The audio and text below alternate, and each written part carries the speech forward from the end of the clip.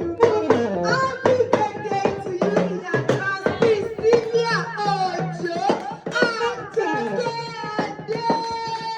Wishing you long life and prosperity. This will never be your last birthday celebration. You will always shine as the star you are. We shall never